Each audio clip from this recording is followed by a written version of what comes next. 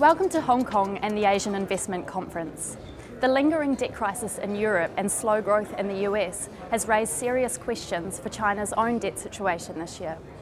Joining us now to speak about the pressure points on China's financial system is Victor Shih, Professor at Northwestern University in the United States.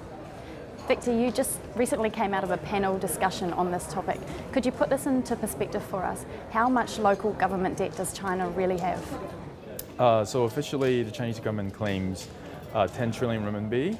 I think that a more reasonable estimate is twice that much, 20 trillion renminbi, which is around 40–45% of GDP. If you look at the reasons for crises in different countries, almost all of them are present in China at the moment. What's the likelihood that we'll see China experience a debt crisis like the one in the Eurozone at the moment? I think in the short term, the risk is relatively low, and this is because the central bank in China is 100% committed to bailing out all financial institutions in China. Going down a 2–3 year horizon, the central bank's ability to really back all financial institutions may be constrained. So in 2 or 3 years' time, the risk may be higher. Which local government faces the biggest debt burdens, or in other words, who is the Greece of China?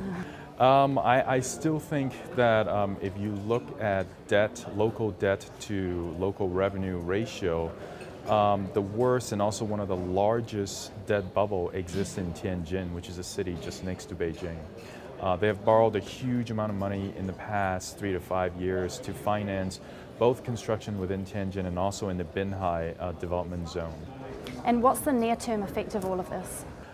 In the near term, I mean, it's not a huge problem just because the banks are rolling over the loans given to Tianjin and other local governments in China. But in the long term, for example, in Binhai, there's massive construction of residential real estate. It's really a question of, at the end of the day, whether these real estate will be put into actual use, whether people will actually live in these real estate. And I think it's a big question. So you said the construction's underway. What's happening now then? There's still a huge amount of construction that goes on in China every day. It's just slowed down from the spectacular levels seen in 2009 and 2010. Thanks, Victor. Okay, thank you. Keep watching AIC TV for more insights from thought leaders.